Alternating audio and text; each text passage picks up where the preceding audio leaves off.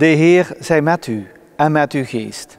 Wij lezen uit het heilige evangelie van onze Heer Jezus Christus volgens Johannes. Lof zij u, Christus. In die tijd zei Jezus tot zijn leerlingen: zoals de Vader mij heeft liefgehad, zo heb ook ik u liefgehad. Blijft in mijn liefde. Als ge mijn geboden onderhoudt, dan zult gij in mijn liefde blijven, gelijk ik, die de geboden van mijn Vader heb onderhouden, in zijn liefde blijf. Dit zeg ik, opdat mijn vreugde in u mogen zijn, en uw vreugde volkomen mogen worden. Dit is mijn gebod, dat gij elkaar lief hebt, zoals ik u heb liefgehad. Geen groter liefde kan iemand hebben dan deze, dat hij zijn leven geeft voor zijn vrienden. Gij zijt mijn vrienden, als ge doet wat ik u gebied.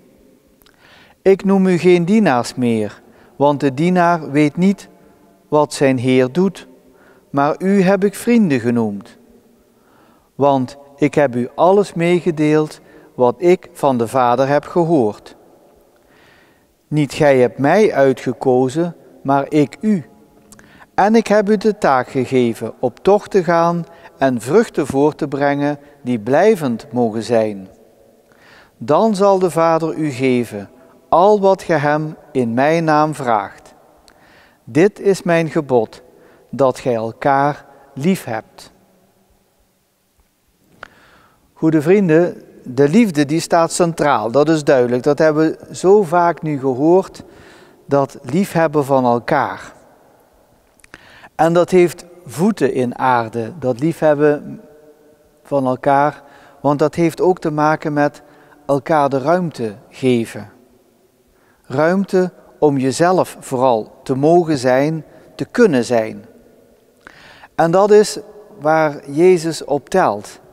Hou van elkaar zoals ik van jullie heb gehouden. Ergens anders in het evangelie staat: hou van een ander net zoveel als dat je van jezelf houdt. Maar deze, waar Jezus het nu over hebt, is meer volmaakt.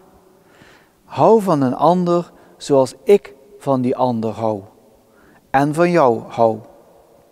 En dat, goede vrienden, dat vraagt gebed, om dat in de juiste proportie naar elkaar te kunnen doen.